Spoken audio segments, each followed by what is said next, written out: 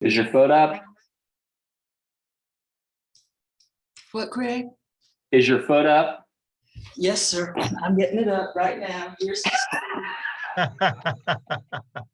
I haven't talked to Cole yet today, but if I had, she would have told me to tell you that, so I might. you would have. Okay, foot up on the stool.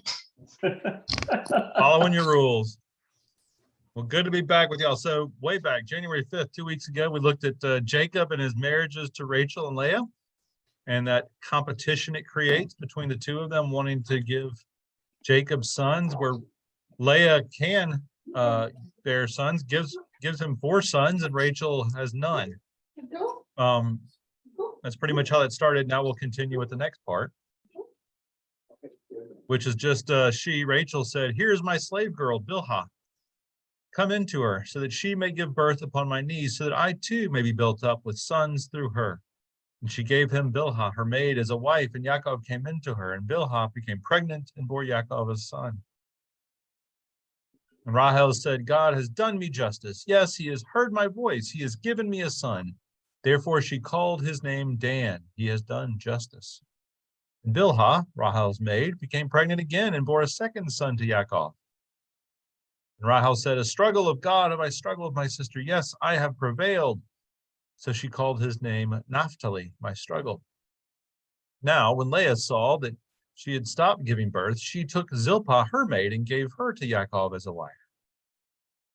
And Zilpah, Leah's maid, bore Yaakov a son, and Leah said, "What fortune?" So she called his name Gad, fortune. And Zilpah, Leah's maid, bore a second son to Yaakov. And Leah said, "What happiness, for women will deem me happy." So she called his name Asher, happiness. All right, so you remember Brueggemann said the story should be heard as a humorous narrative designed for entertainment. No. I don't think this is humorous. I don't find this laugh out loud funny. I don't know when it ever would have been laugh out loud funny. It's just this horrible story about these two women putting their lives against each other because of the way they're treated by their husband and their father, right? I can see the funny part in that Jacob, as the trickster, gets tricked. That I can see the humor in. That's sort of a cosmic comeuppance karma, but I don't see it here. Mainly, and it's mainly because Leah and Rachel are pitted against each other by the men in their lives, right?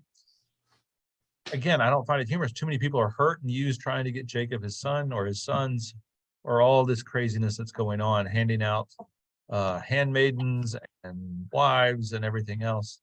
So I guess I reject Brueggemann's opinion there that the overarching idea of these chapters are humorous. I don't think so. I do think Brueggemann has other things to say. He says later, there is recourse to handmaidens as surrogate mothers. They make that choice, that is. A device first used by Father Abraham, and it works, except it only works as it did for Sarah and Abraham. There are children, but not the one still awaited, right? So they hand out handmaidens, they have sons by the handmaidens, but it's still not. Jacob wants a son by Rachel, right? That's the one that they're really waiting on, and they have literally 7, I guess, at this point, or 8. I have to go back and count. There's a lot of sons bouncing around that aren't the one that they're waiting for, right? Questions about that first part? The story continues. It's just a natural breaking point as the handmaidens are handed around as surrogate mothers. Bill, how many sons did you say that Jacob had by, is it Leah? Leah had 4. 4. Then you had 3 more, right? 2, or is it 2 by each? I have to go back and count now. There's at least, yeah, I think it was 2 by each. So we should be at 8 total, I think. Okay. I see 7 children under Leah on my little family tree thing that I showed last week, but I don't know if they're all men or women. Well, no, she has more sons here in a minute. Oh, Just okay. at this point in the narrative, she's had 4. At this point in the narrative, they hand over the handmaids and have 2 each. So I think we're at a total of 8 sons up to this point. I mean, ultimately we get to 12. I seem to have miscounted. No, you're good. It's I lost confusing. track of where we were. It's confusing. It's okay. Even with the narrative, I'm still don't know. I have a really good friend who married a man named Gad, and I wasn't thinking of any of these verses at all. I said, Gad, where does that name come from? They're like, oh, really? It's in the Bible. I was like, oh, you're right. It is one of the tribes of Israel, isn't it? I don't think about Oops. Gad. He's not one of those guys I pull out a lot. So, oops. So now Reuben went in the days of the wheat harvest and found some love apples or mandrakes in the field and brought them to Leah, his mother. And Rahel said to Leah, pray, give me some of your son's love apples. And she said to her, is your taking away my husband such a small thing that you would now take away my son's love apples? Rahel said, very well, he may lie with you tonight in exchange for your son's love apples. So when Yaakov came home from the fields in the evening, Leah went out to meet him and said, you must come in to me, for I have hired you for my son's love apples. So he lay with her that night. And God hearkened to Leah, so that she became pregnant and bore Yaakov a fifth son. And Leah said, God has given me my hired wages, because I gave my maid to my husband. So she called his name Issachar. There is hire. Once again, Leah became pregnant, and she bore a sixth son to Yaakov. And Leah said, God has presented me with a good present. This time my husband will prize me, for I have borne him 6 sons. So she called his name Zebulun, prince. Afterwards, she bore a daughter and called her name Dinah or Dinah. All right, so Brueggemann notes Rachel manipulates the mandrakes, but it's Leah who has the children. We're not really sure exactly what it means. Obviously, it's some sort of ancient remedy that you could eat these love apples, mandrakes, whatever they're called, as a sign of fertility, and that Rachel was trying to use those mandrakes to get pregnant, but Leah is the one who ultimately has the children. The mandrakes don't really seem to do a whole lot for anybody. But he does continue to note that Leah and Rachel, like Sarah before, are trying to manipulate and control life, but don't have any real power to do that, right? Like they're trying to go, oh, if I have the mandrakes, then that will do it. And if I have this, but they don't seem to have any more control than any of us have over the world, right? It's much more God's choice. God hearkens to hear Leah's cry and she becomes pregnant, not because she won the battle versus Rachel or because Rachel had the mandrakes. In both cases, it's because God chose, right? God chooses life. He chooses when it arrives, explicitly in this manuscript, that is, right? I mean, this is how the story is told, which was what we're working on. I like his theory. I feel like he might be stretching a little bit. I do think the women have a little more agency than he's giving them credit for. Involved in getting them pregnant and involved in this process, but I understand what he's saying. But at this point, there are 10 sons and a daughter from the competition. God chose many, but the women involved had plenty of choice in that matter. That is, I think the women had a pretty good idea where babies came from and what they were trying to do by passing Jacob around and trying to make sure that they had sons and daughters for him, right? Thoughts about this first little narrative part before we shift to the son finally born of Rachel?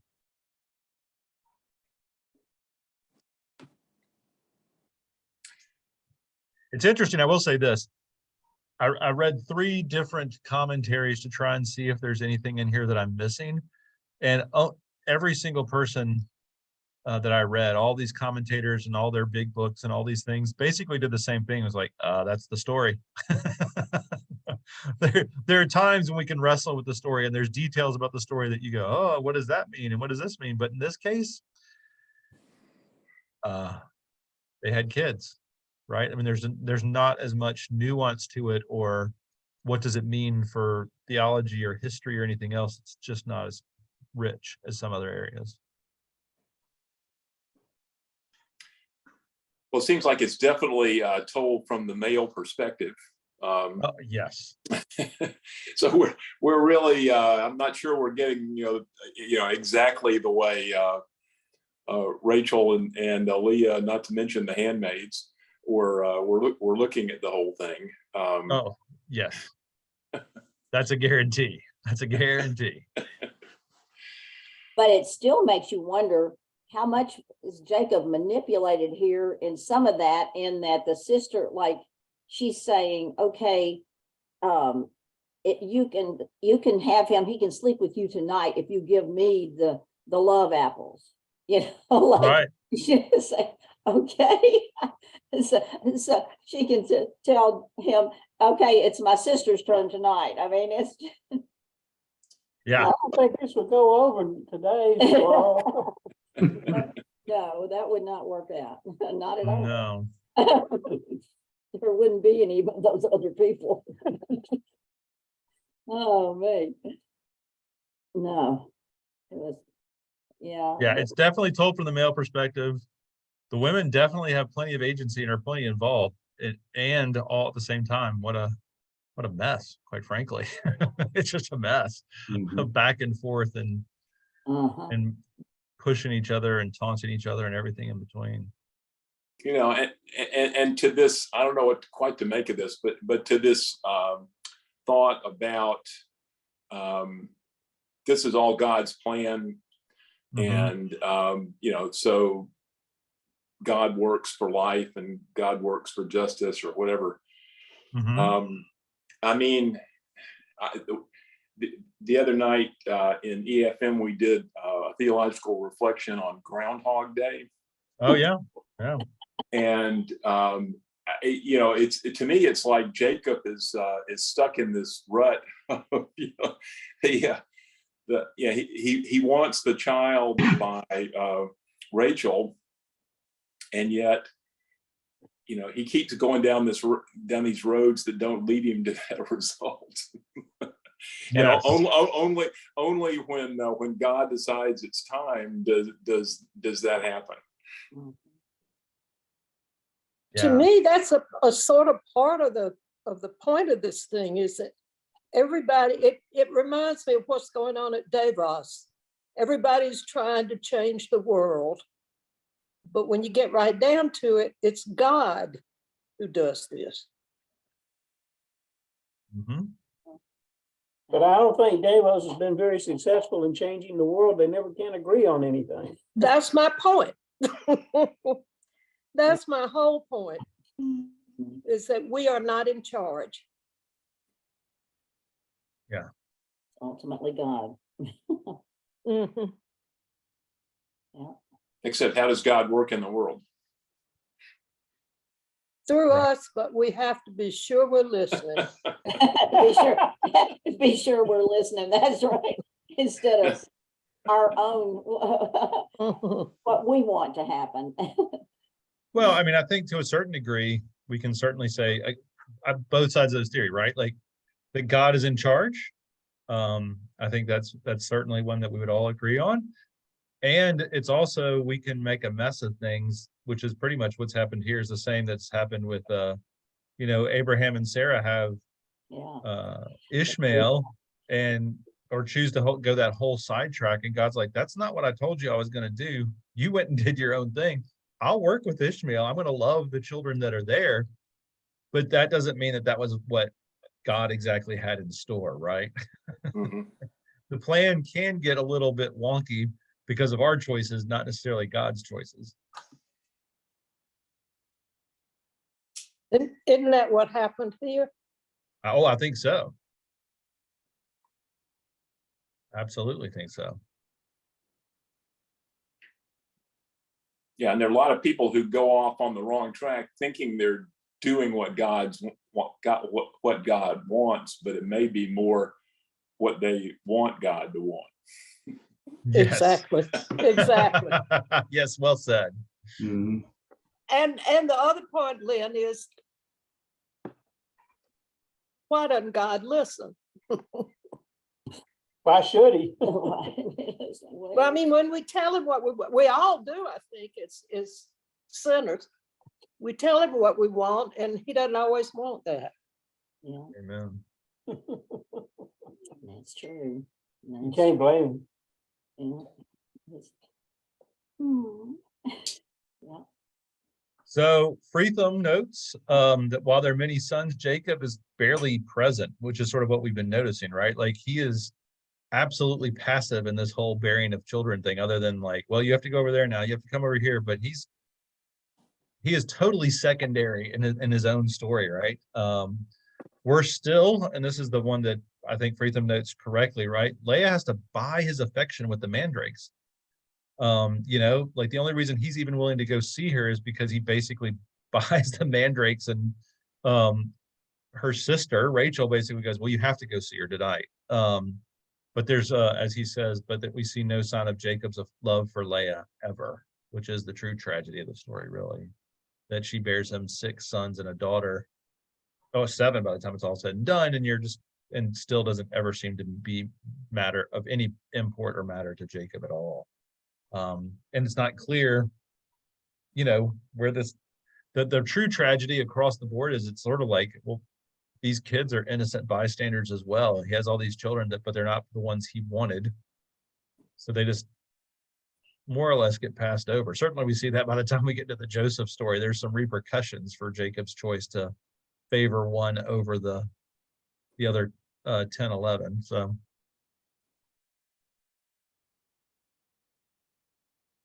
all right, so we'll keep going, look at the rest of this chapter. But God kept Rahel in mind. God hearkened to her and opened her womb so that she became pregnant and bore a son. And she said, God has removed Asaph, my reproach. So she called his name Joseph, saying, may the Lord add Joseph, another son, to me. And this is why I do love this translation, the Shotgun translation. They put very clearly, God has removed. Asaph is the Hebrew, and then may God add. Joseph is add, right? Another son to me. So God adding, Joseph means to add, and is the opposite of remove. There's removing and adding with Joseph. Now it was once Rahel had borne Joseph that Yaakov said to Laban, set me free, that I may go back to my place, to my land, give over my wives and my children for whom I have served you, and I will go. Indeed, you yourself know my service that I have served you. All right. This is where Brueggemann, I will say, this is where he shines. He got some other stuff I thought wrong, but this one is a nice quote that makes sense. Only now does the narrative resolve the issue of barrenness from 29:31. That's the first time when Rahel is married that she is declared to be barren. God remembered, God heard, God opened. The shame of 29:31 is overcome. The child is named, and the God of Israel is named for the first time since 29:35. That is, basically God closes her womb, and then all of these babies in between, you never see the actual name of God. God is broadly mentioned occasionally, but the name of God is not said until this moment when finally the barrenness is resolved.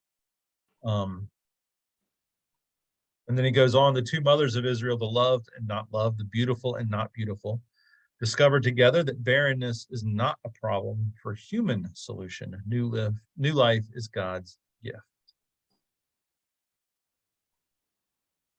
I think we learned that reading it. I don't know if the 2 mothers learned it, but that's Brueggemann's processing of this story.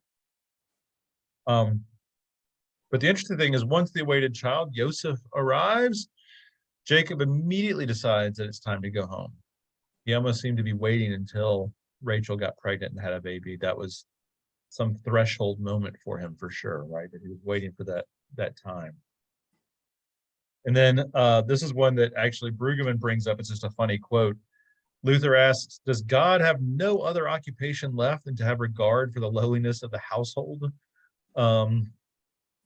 He's sort of asking that rhetorically, but that's God's chief occupation here and in Luke's story of Mary and many, many others, right? Later with Samuel and Samson and all these other folks, God does seem to be really concerned with the lowliness of the household and does get involved in these details, which for Luther is a profound statement of God's priorities and intermingledness with our world that we don't always feel, but is still very much present, according to Luther, which I thought was an interesting reflection there. thoughts will now turn to Jacob trying to leave good old Laban and go home. That takes another chapter and a half. Anything else with the women and these babies that are coming left, right, and center?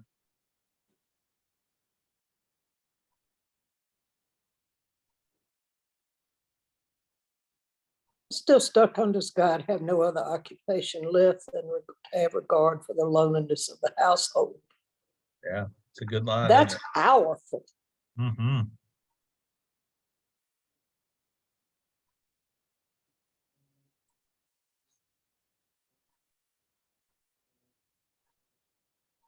It's very powerful.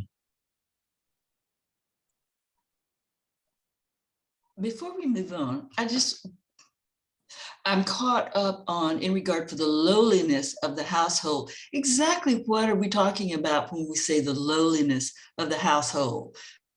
Is that It's just because they're barren. In this case, Luther and most of the commentators would say, oh, it's because they're barren? Rachel was barren, and then Okay. God finally had regard because they felt rejected by God because they didn't have children. Yeah. Okay.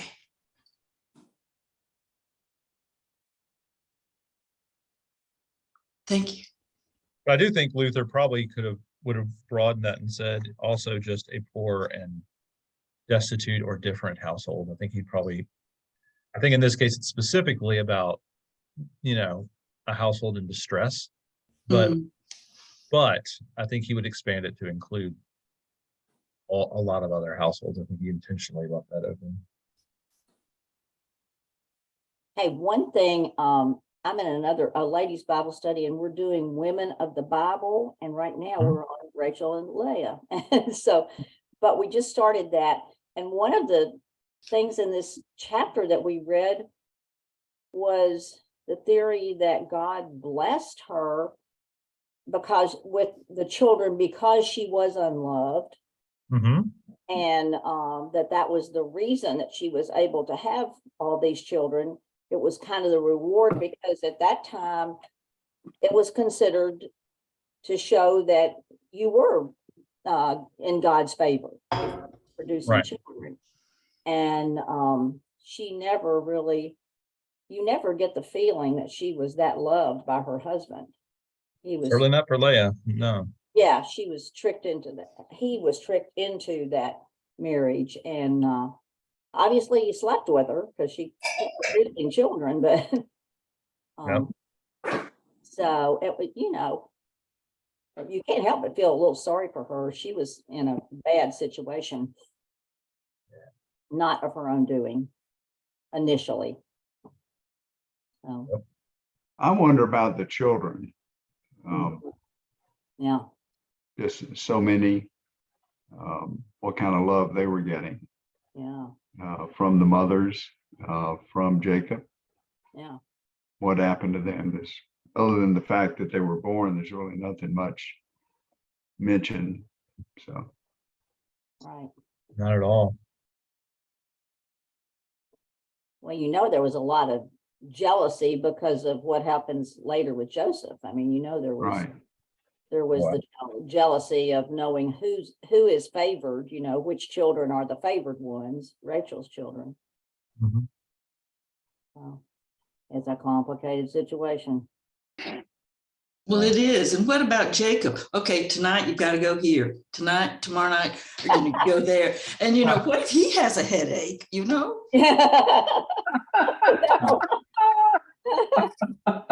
probably had a headache from all of that. The handmaids were in the mix too. Mhm. Of course, I I don't was think just kind of thinking it might have been fun for Jacob. It seems like it could have been. I think he was pretty much in charge. He could have a headache if he didn't feel like participating that night. Hope they had a lot of new wine available for it. Oh, goodness. That's interesting. Dynamics. They are all over. Well, all right, so we'll look at Laban now. So Laban said to him, "Pray, if I have found favor in your eyes, I have become wealthy, and the Lord has blessed me on account of you. And he said, specify the wages due you from me, and I will give you payment. And he said to him, you yourself know how I have served you, and how it has gone with your livestock in my charge. For you had but a few before me, and they have since burst out into a multitude. Thus has the Lord blessed you at my every step. But now, when may I too do something for my household? He said, what shall I give you? That is, Laban said, what shall I give you? And Yaakov said, you are not to give me anything. Only do this thing for me. Then I will return. I will tend your flock. I will keep watch. Let me go over your whole flock today, removing from there every speckled and dappled head, and every dark head among lambs, and each dappled and speckled ones among the goats. They shall be my wages. And may my honesty plead for me on a future day, when you come to check my wages that are before you, whatever is not speckled or dappled among the goats, or dark among the lambs, it will be as though stolen by me. Laban said, good, let it be according to your words. And on that very day, Laban, he removed the streaked and dappled he-goats, and every speckled and dappled she-goat, every one that had any white on it, and every dark one among the lambs, and handed them over to his sons. And then he put a 3 days journey between himself and Yaakov. Now Yaakov was tending Laban's remaining flock. Yaakov took himself rods from moist poplar, almond, and plane trees, and peeled white peelings in them, and exposed the white that was on the rods. Then he pressed the rods that he had peeled in the gutters and the water troughs where the flock would come to drink in front of the flock. Now they would be in heat as they came to drink. And thus the flock came to be in heat by the rods, and the flock bore streaked, speckled, and dappled young. But the sheep Yaakov set apart and gave position among the flock to each streaked one, and every dark one among Laban's flock. Thus he made special herds for himself, but did not make them for Laban's flock. And so it was that whenever the robust flock animals were in heat, Yaakov would put the rods in sight of the flock animals in the gutters to make them be in heat next to the rods. But when the flock animals were feeble, he would not put them there. And so it was that the feeble ones became Laban's, and the robust ones Yaakov's. All right. The man burst forth with wealth exceedingly. Yes, exceedingly. He came to have many flock animals and maids and servants and camels and donkeys. So Jacob and Laban entered negotiation for Jacob's departure. The poor guy's worked for 14 years to get his 2 wives. Now he's got to work for another series of years to leave, right? Laban has prospered. He admits himself he's prospered from his nephew's labor and growing family. Even more, he's clearly prospered because God favors Jacob and has blessed all of them with wealth and abundance, right? And Laban names that he will miss the wealth more than his daughters or his grandsons, right? He doesn't say, I'm going to miss my family if you take them away. He goes, I'm going to miss all the money you're making me. And we learn once again, Laban's shrewd, but not particularly loving patriarch on his side of things, right? Brueggemann states that Jacob's actions are beyond explanation because ultimately God is the one in charge of the increase, even if Jacob's thinks it is his actions. That is, Brueggemann sort of says there's no point in us trying to figure out this whole business about exposing white rods so that if the animals see white while they're mating, then somehow their young will have speckled or white spots on them, because that's just sort of silliness. Ultimately, it's a reminder that God is in charge of the increase. I don't know if that's how the story is told exactly, but I appreciate what Brueggemann is saying. But interestingly, Brueggemann doesn't make the parallel with the wives trying to control fertility with mandrakes and handmaidens, right? So he's willing to talk about how Jacob's actions are beyond explanation, but he doesn't make that same exact conversation or parallel with the wives. Like, I would say that we should see similar echoes here in both cases of God making the choice to bless people with life, regardless of the actions of people around trying to control things, right? That there is always a mystery to life, even if we think we've got it figured out. But the biggest thing that we should hear is Laban is again not to be trusted.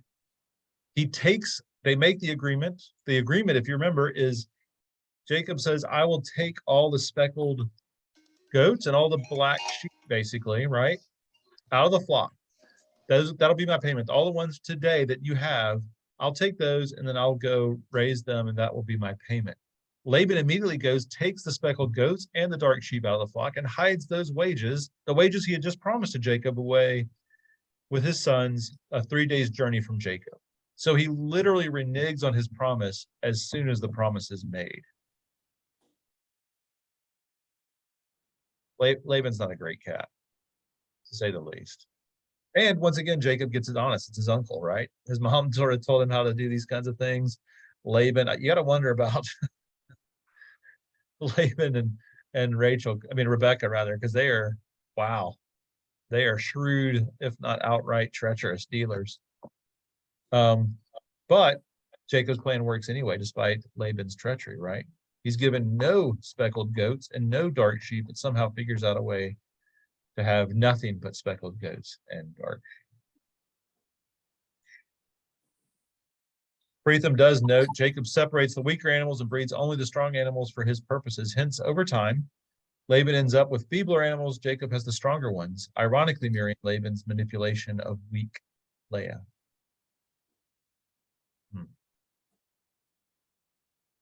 All right, questions about this first part of the deal that Jacob and Laban make to get the heck out of Dodge?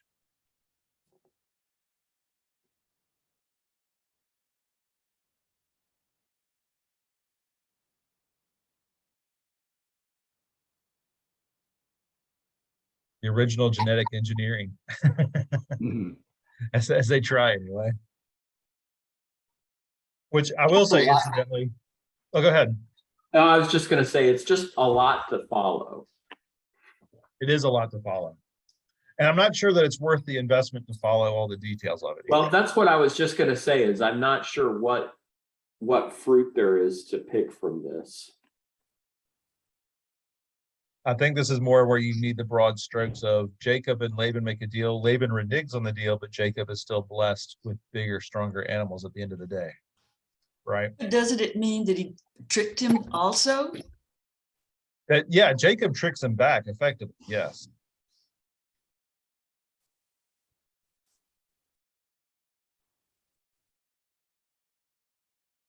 These aren't very nice human beings, are they?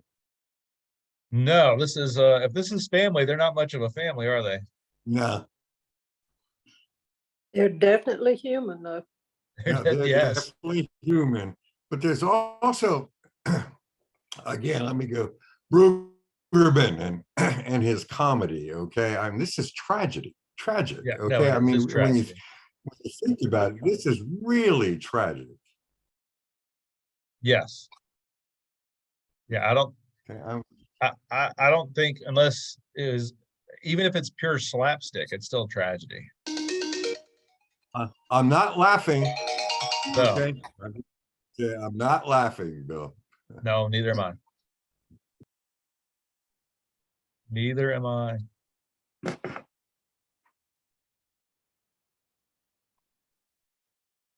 All right, so what comes next? We get into chapter 31. So now we heard the word of Laban's sons. That is, Jacob heard the words of Laban's sons, that they said, Yaakov has taken away all that was our father's. And from what was our father's? He has made all this weighty wealth. And Yaakov saw by Laban's face. Here he was no longer with him as yesterday and the day before. So that's the literal Hebrew translation. He was no longer with him as yesterday in his face, right? Or that he no longer favored him, is the way it tends to get translated in English. And the Lord said to Yaakov, return to the land of your fathers, to your kindred. I will be with you. So Yaakov sent and had Rahel and Leah called to the field to his animals, and he said to them, I see by your father's face, indeed, he is no longer toward me as yesterday and the day before. But the God of my father has been with me. You yourselves know that I have served your father with all my might, but your father has cheated me and changed my wages 10 times over. Yet God has not allowed him to do me ill. If he said thus, the speckled one shall be your wages, all the animals would bear speckled ones. And if he said thus, the streaked one shall be your wages, all the animals should bear streaked ones. So God has snatched away your father's livestock and given them to me. Now it was at that time of the animals being in heat that I lifted up my eyes and saw in a dream, here, the he-goats that mount the animals' street, speckled and spotted. And God's messenger said to me in the dream, Yaakov. And I said, here I am, or Hanani. He said, pray, lift up your eyes and see all the he-goats that mount the animals, street, speckled and spotted, for I've seen all that Laban is doing to you. I am the God of Bethel, or Bethel, where you anointed the pillar, where you vowed a vow to me. So now arise, get out of this land, return to the land of your kindred. Rahel and Leah answered him. They said to him, do we still have a share and inheritance in our father's house?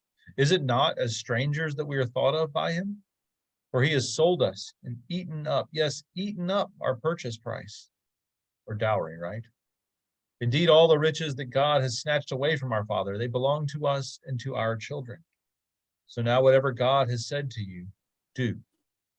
So Yaakov arose, he lifted his children and his wives onto the camels and led away all his livestock, all his property that he had gained, the acquired livestock of his own acquiring, which he had gained in the country of Aram, to come home to Yitzhak his father in the land of Canaan.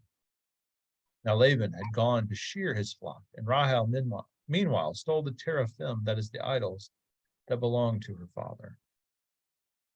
Now Yaakov stole the wits of Laban the Aramean, which is a sort of euphemistic way of saying deceived Laban or tricked him by not telling him that he was about to flee. And flee he did.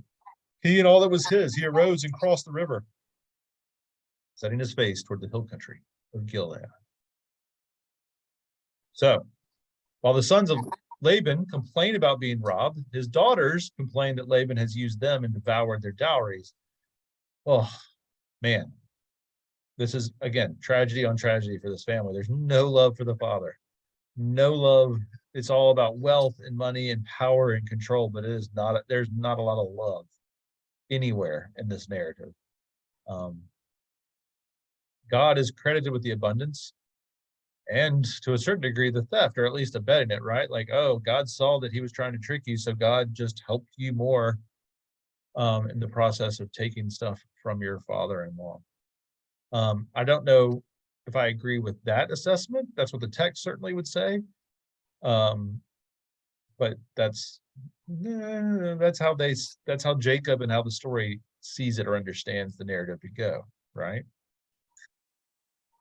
What we do with but my question is, what do we do with a God who is once again described as abetting, siding with one part of an argument, and how do we engage with another emergency departure of Jacob? Now, Brueggemann would note that this is exactly how his grandfather Abraham left, right? Like, he's hanging out, everything's great, he's a Aramean, and then the next day God goes, time to leave, and so Abraham gets up and goes. Jacob is following in his grandfather's footsteps, but it also happens to be, once again, after having massive conflict with his brother-in-laws and his father-in-law, right?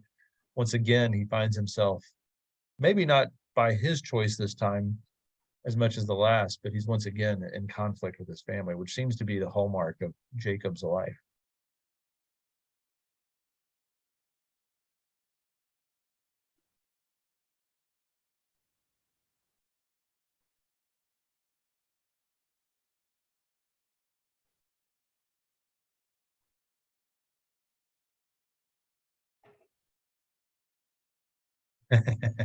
We're all good, huh? There's an awful lot of selfishness in this story. Yes. And, I'm still waiting to see somebody have an aha moment and decide that's not the way. That'd be nice, wouldn't it? That'd be nice on any level. Anybody who goes, maybe love and forgiveness is a better way to handle some of this stuff. Good luck. Man. Doesn't that come a little later? Yeah. It does.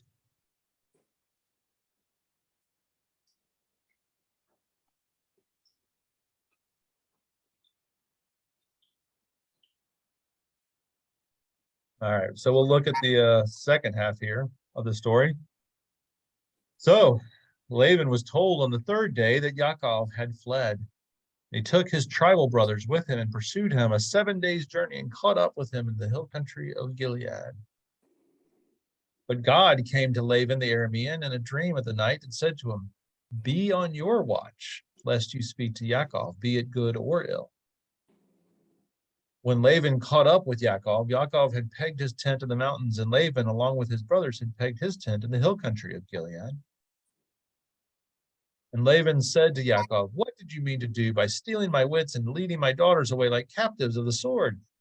Why did you secretly flee and steal away on me without even telling me? For I would have sent you off with joy and with song, with drum and with lyre. You do not even allow me to kiss my grandchildren and my daughters. You have done foolishly now. It lies in my hands power to do all of you ill. But yesterday night, the God of your father said to me, saying, be on your watch from speaking to Yaakov, be it good or ill." Well, now you had to go, yes, go, since you longed for your father's house. Why did you steal my gods? Yaakov answered and said to Laban, "Indeed, I was afraid, for I said to myself, perhaps you will even rob me of your daughters. With whomever you find your gods, he shall not live. Here in front of our brothers, see if you recognize anything of yours with me and take it." Yaakov did not know that Rahel had stolen them. Laban came into Yaakov's tent and into Leah's tent and into the tents of the two maids, but he did not find anything. And then he went out to Leah's tent and came to Rahel's tent. Now, Rahel had taken the teraphim, the idols, and put them in the basket saddle of the camels, and had sat upon them. Laban felt all around the tent, but he did not find anything. She said to her father, Do not let upset be in my Lord's eyes that I am not able to rise in your presence, for the manner of women is upon me. So he searched, but he did not find the teraphim. Now Yaakov became upset and took up quarrel with Laban. And Yaakov spoke up, saying to Laban, "What is my offense? What is my sin that you have dashed hotly after me, that you have felt all through my wares? What have you found from all your household wares? Set it here in front of your brothers and my brothers, that they may decide between us two. It is 20 years now that I have been under you. Your ewes and your she-goats have never miscarried. The rams from your flock I have never eaten. None torn by beasts have I ever brought you. I would make good the loss at my hand. You would seek it, stolen by day or stolen by night. Thus I was. By day, parching heat consumed me, and cold by night, and my sleep eluded my eyes. It is 20 years for me now in your house. I have served you 14 years for your 2 daughters and 6 years for your animals.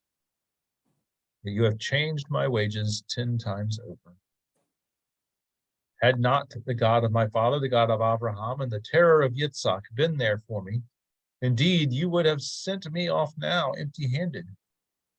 But God has seen my being afflicted with the toil of my hands, and yesterday night he decided. Laban gave answer, and he said to Yaakov, "The daughters are my daughters, the children are my children, the animals are my animals. All that you see, it is mine. But to my daughters, what can I do to them today, or to their children whom they have borne? So now come, let us cut a covenant, I and you, and let something here serve as a witness between me and you." And Yaakov took a stone and erected it as a standing pillar. And Yaakov said to his brothers, "Collect stones." And they fetched stones and made a mound, and they ate there by the mound. Now Laban called it Yegar Sahaduta, while Yaakov called it Galid. And Laban said, "This mound is witness between me and you from today." Therefore they called its name Galid, mound witness, and also Mitzpah, guard post, because he said, "May the Lord keep guard between me and you when you are hidden from one another.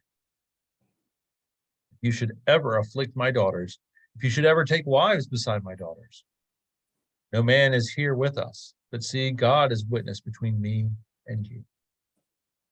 And Laban said to Yaakov, "Here is this mound, here is this pillar that I have sunk between me and you. Witness is this mound, and witness is the pillar that I will not cross over this mound to you, and you will not cross over this mound and this pillar to me for ill. May the God of Abraham and the God of Nahor keep justice between us, the God of their father." And Yaakov swore by the terror of his father Yitzhak. And Yaakov slaughtered a slaughter meal on the mountain and called his brothers to eat bread, and they ate bread and spent the night on the mountain. Well, all right, so start with the strangest line probably first, the terror of his father Isaac. It's sometimes also translated the fear of his father Isaac. But the Publication Society even say that the Hebrew is unclear here. Freetham declares that it's the fear that people have of Isaac's God. That is, if you remember, the Philistines are afraid of Isaac because everywhere he goes, he gets more money and he gets more people and he gets more power. And so they're afraid that this God will be against them. And so there's a fear of the God of Isaac, a fear of his power and ability.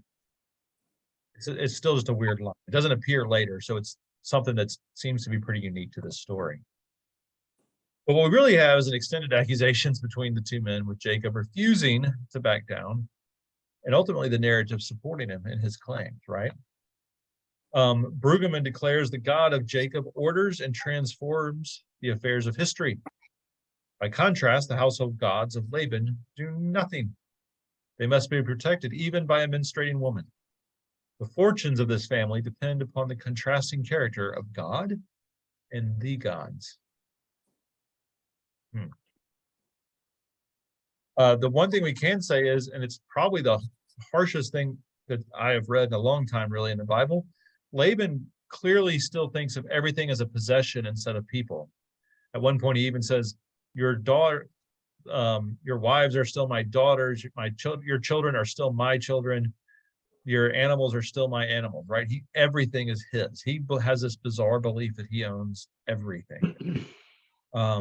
There's no love to it. He claims that he wants to say goodbye to the grandchildren and say goodbye to his daughters, but clearly he has deep problems with actually valuing people beyond their possession status, right? Even for me, no one noted it, but he also even says Laban's like great concern is that, oh, well, you should never take another wife other than my daughter. So I was like, he's got 2 daughters and 2 of your handmaids. He already did that. He's already had other women in this process. I guess that didn't count because he didn't marry them, but still, it's a weird sort of declaration that Laban makes. What he seems more concerned about is actually the terror of Isaac. He's more concerned that Jacob will come back and attack him and take his stuff. And so it is that fear of Isaac that perhaps is on Laban. Well, clearly God's on your side. And if you do come back and attack me, I am clearly going to lose because you become more powerful and larger and more wealthy than I am. And it's a sad but clear part of the family. Laban, after this, disappears from the text. We don't hear from him again. He's not engaged again.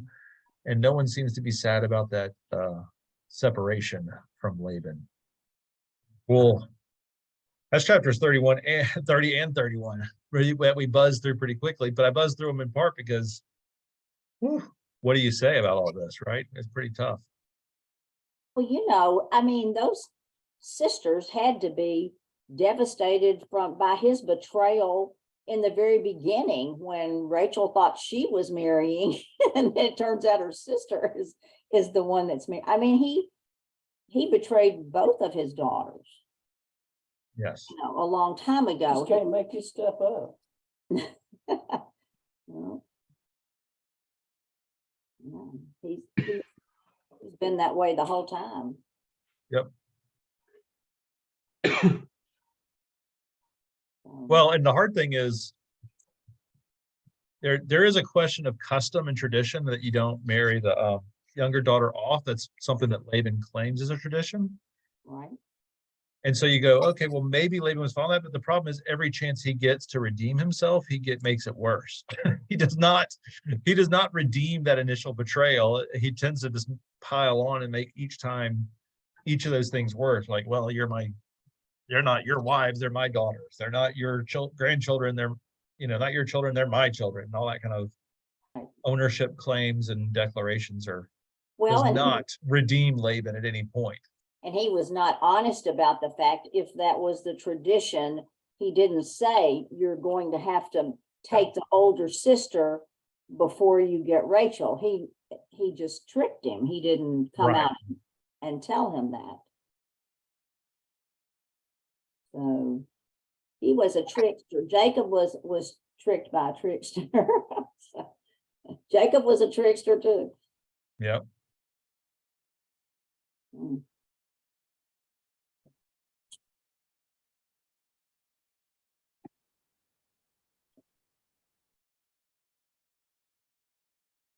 A good family.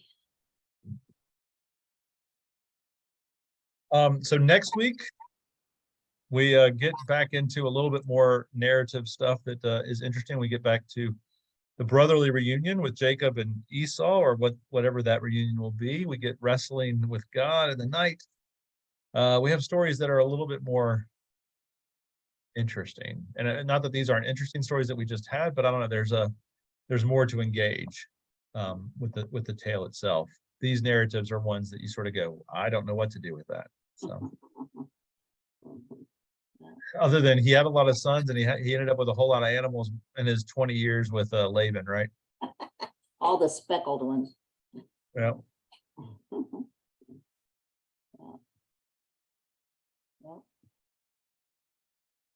Well, it's interesting. Anything else, my friends? I think so. All right. It's Well- not a story I need to delve back into, Bill. Okay? No, this is not one we You can that put people it to linger on. bed and move on, right? Move on to the. We'll move on to the next and not linger on this one too long, for sure. I'm still trying to figure out the speckled sheep and the white sheep.